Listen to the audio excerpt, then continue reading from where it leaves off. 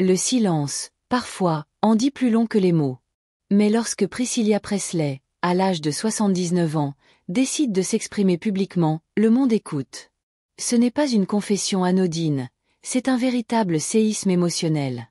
Abonnez-vous si ce n'est pas encore fait car ce récit, à la fois bouleversant et inspirant, ne fait que commencer. Au fil des décennies, Priscilla Presley a souvent été réduite à un nom associé à la légende d'Elvis. Pourtant, derrière l'icône, se cache une femme complexe, forgée par les tempêtes, et longtemps contrainte de faire taire ses douleurs. Aujourd'hui, elle ouvre enfin une porte restée close pendant des années. Son témoignage commence là où tout semblait parfait. Une vie de faste, d'admiration et de projecteur. Mais, derrière les dorures de Graceland, une autre réalité prenait forme. Priscilla parle avec une émotion retenue mais palpable, évoquant les moments où elle n'était qu'une adolescente confrontée à un monde d'adultes, où le rêve américain cachait de profondes blessures. J'étais jeune. Trop jeune. Et pourtant, plongée dans un univers qui ne laissait qu'aucune place à l'hésitation. Elle se souvient du premier regard d'Elvis, de son charisme magnétique, de la manière dont il pouvait tout envelopper dans un charme hypnotique. Mais elle ne cache plus ce qui, à l'époque, restait tu, le déséquilibre, l'isolement, et ce sentiment permanent de devoir se taire pour préserver une image. Priscilla ne rejette pas Elvis.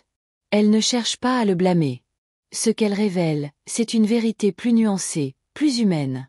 Elle parle d'un homme brisé par la célébrité, englouti par ses propres démons, et d'une femme qui tentait, tant bien que mal, de rester debout au milieu de ce chaos. L'un des moments les plus poignants de son témoignage évoque la solitude ressentie dans les murs dorés de Graceland. On pense que vivre avec une légende, c'est le bonheur assuré. En réalité, je me suis souvent sentie invisible. La confession est brute. Sans filtre. Elle évoque aussi le contrôle exercé sur elle, la surveillance constante, les décisions imposées, tout cela enveloppé dans une façade de glamour. Priscilla se livre également sur la naissance de Lisa Marie, un événement qu'elle décrit à la fois comme la plus grande joie de sa vie, et un tournant. Car devenir mère, pour elle, fut un réveil. Je ne voulais pas que ma fille grandisse dans le même silence. Il fallait que quelque chose change. C'est ce désir de briser le cycle qui a mené à sa séparation d'avec Elvis. Un choix difficile, douloureux, mais nécessaire. Ce n'était pas une rupture d'amour. C'était une survie. Cette phrase résume à elle seule l'intensité du dilemme vécu. Ce que le public ignorait, c'était le poids de cette décision. Car quitter Elvis Presley, c'était s'exposer à l'incompréhension générale, à la critique, au jugement. Pourtant, elle a tenu bon. Pour elle. Pour sa fille. Et aujourd'hui, elle affirme que ce geste fut l'un des plus courageux de sa vie. Mais son parcours ne s'arrête pas là. Après la séparation, une autre bataille commence, celle pour l'autonomie. Il fallait que je me reconstruise, que je découvre qui j'étais vraiment, en dehors de lui. Priscilla évoque alors ses années de réinvention, les études, les affaires, son entrée dans le monde du cinéma et de la télévision, non pas comme la femme d'eux, mais comme une actrice et femme d'affaires à part entière. Pourtant, même avec cette indépendance retrouvée, les blessures ne disparaissent pas. Elle parle, sans amertume mais avec lucidité, des traumatismes laissés par cette jeunesse volée. Elle évoque les nuits sans sommeil, les cauchemars, le besoin constant de justifier sa légitimité. Tout cela dans un monde où l'image publique écrase souvent la vérité intime. Ce témoignage, loin de n'être qu'un règlement de compte, est avant tout une main tendue. Une manière de dire à d'autres femmes célèbres ou anonymes qu'il est possible de se relever. De dire la vérité. De guérir. Priscilla aborde aussi, avec pudeur mais sans esquive, les moments qui ont suivi la mort d'Elvis. Le deuil, bien sûr, mais aussi le devoir de protéger sa mémoire. Je n'ai jamais voulu salir son nom. J'ai voulu le comprendre, même après sa mort. Et c'est peut-être cela, le plus touchant, cet amour persistant, au-delà des blessures. Elle s'arrête parfois dans son récit. Les silences en disent long. Son regard se perd. On sent que certains souvenirs restent douloureux, même aujourd'hui. Mais elle continue, déterminée à aller jusqu'au bout. Priscilla Presley n'est pas qu'un nom, ni une relique d'un passé glorieux. Elle est, aujourd'hui, une voix forte, une survivante, une femme qui ose dire ce que tant d'autres taisent encore. Et c'est dans cette parole libérée que réside sa véritable grandeur. Dans les années qui ont suivi la disparition d'Elvis, Priscilla a souvent été perçue comme la gardienne d'une mémoire sacrée. Mais ce rôle, imposé par l'histoire et renforcé par les attentes du public, lui a coûté bien plus qu'on ne l'imagine. Car derrière cette responsabilité se cachait un fardeau émotionnel immense, qu'elle n'avait jamais réellement choisi de porter. Elle confie que la douleur ne s'est jamais totalement dissipée. Elle a simplement appris à la contenir, à la moduler. Il y a des matins où le manque revient sans prévenir, comme une vague. Pas seulement le manque d'Elvis, mais celui de la jeune femme que j'étais avant tout cela. Priscilla revient sur les années qui ont suivi le décès d'Elvis avec une franchise touchante. L'effondrement de Lisa Marie, encore enfant. Le chaos laissé dans l'entourage.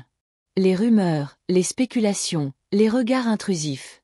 Et cette impression constante de devoir répondre, de devoir rassurer, alors qu'elle-même cherchait désespérément à respirer. Elle évoque aussi les conflits familiaux, les désaccords, les luttes silencieuses pour préserver ce qu'il restait d'héritage, non pas financier, mais affectif. On oublie souvent que derrière une légende, il y a des gens. Des cœurs.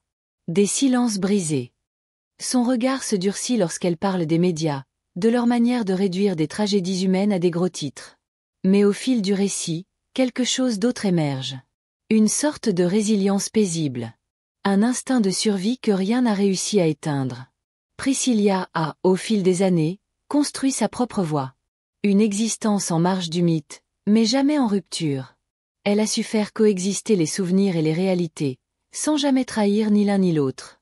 Elle parle avec tendresse de son lien avec Lisa Marie, complexe, parfois conflictuel, mais indéfectible. Être mère, dans ce contexte, relevait de l'impossible. Et pourtant, c'est ce que j'ai essayé d'être chaque jour. Elle admet ses erreurs, ses absences émotionnelles, ses maladresses. Mais surtout, elle raconte son amour inconditionnel, intact malgré les tempêtes. La disparition tragique de Lisa Marie, plus récemment, a ouvert une autre plaie. Une douleur si profonde qu'aucun mot ne saurait pleinement la contenir. Priscilla, le regard embué, murmure. Perdre un enfant, c'est contre nature. Rien ne vous prépare à cela. Pourtant, elle a choisi de parler. Non pas pour elle seule, mais pour toutes les mères, toutes les femmes, toutes les personnes qui, comme elle, ont connu l'injustice du deuil. Elle veut faire de sa douleur une parole utile. Briser les tabous. Porteur la voix de celle qu'on a trop longtemps réduite au silence. Sa prise de parole est aussi une réponse aux nombreuses spéculations sur son rôle dans la vie d'Elvis, sur ses décisions après sa mort, sur sa relation avec Lisa Marie. Aujourd'hui, elle ne veut plus qu'on parle à sa place. Elle veut que le monde l'écoute, enfin. Elle se confie également sur ses relations amoureuses post-Elvis, longtemps passées sous silence. Non pas par honte, mais par instinct de protection. Chaque homme dans ma vie devait accepter de vivre dans l'ombre d'un fantôme. C'était injuste, mais inévitable. Elle parle sans détour de ses espoirs déçus, de son besoin de solitude, de ce sentiment persistant de ne jamais vraiment appartenir à personne. Mais malgré tout cela, Priscilla n'a jamais renoncé à l'amour. Pas forcément celui des romances, mais celui de la vie, de l'art, de ses proches. Elle parle avec émotion de ses engagements, de ses causes, de ses combats personnels. La défense des animaux, l'éducation, le soutien aux femmes victimes de violences, des causes discrètes, mais constantes dans son existence. Ce qui frappe, dans ce second volet de son témoignage, c'est l'équilibre entre la lucidité et la tendresse. Priscilla ne cherche pas à choquer. Elle ne règle aucun compte. Elle raconte. Simplement. Avec cette élégance rare des âmes blessées qui ont su transformer la douleur en sagesse.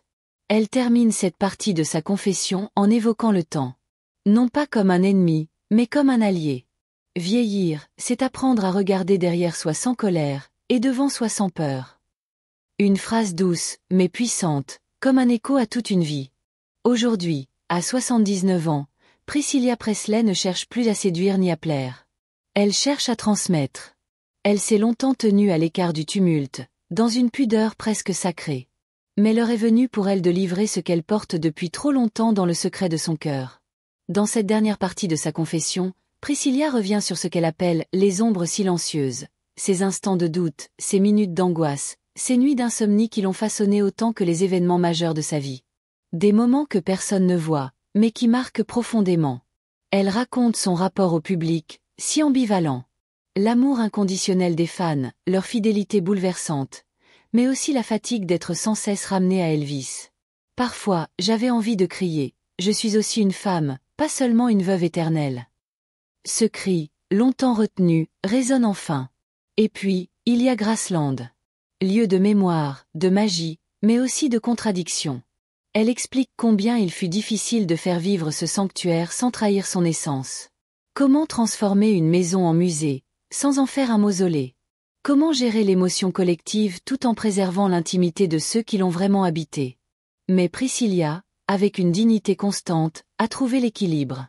Elle a veillé à ce que chaque objet, chaque photo, chaque espace raconte une histoire vraie. Pas une version édulcorée, pas une légende déformée. Graceland est vivant, parce que l'amour y demeure. Le récit s'ouvre ensuite sur une autre facette de sa vie, sa carrière. Trop souvent oubliée ou réduite à l'étiquette des « ex d'Elvis », Priscilla a pourtant mené une trajectoire remarquable. Actrice, femme d'affaires, productrice. Elle a prouvé, à force de volonté, qu'elle était bien plus qu'un nom accolé à une icône. Elle se remémore avec une pointe d'ironie les regards condescendants, les obstacles imposés, les opportunités refusées. Il fallait constamment faire mes preuves, comme si porter ce nom était à la fois un privilège et une faute. Mais elle ne s'est jamais laissée enfermer dans un rôle secondaire. Elle a osé, tenté, échoué parfois, mais toujours avancé. Priscilla évoque aussi sa spiritualité, un aspect souvent méconnu de son existence. Sa quête de paix intérieure l'a menée vers des lectures profondes, des retraites discrètes, une méditation régulière. Elle y a trouvé des réponses que ni la célébrité, ni l'amour, ni la reconnaissance publique n'ont su lui apporter.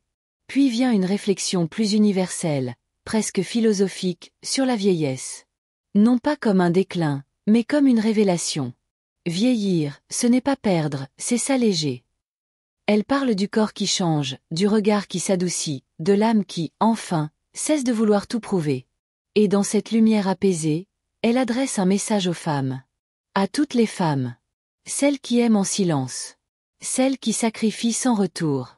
Celles qu'on oublie, qu'on juge, qu'on réduit. N'attendez pas qu'on vous donne la parole. Prenez-la.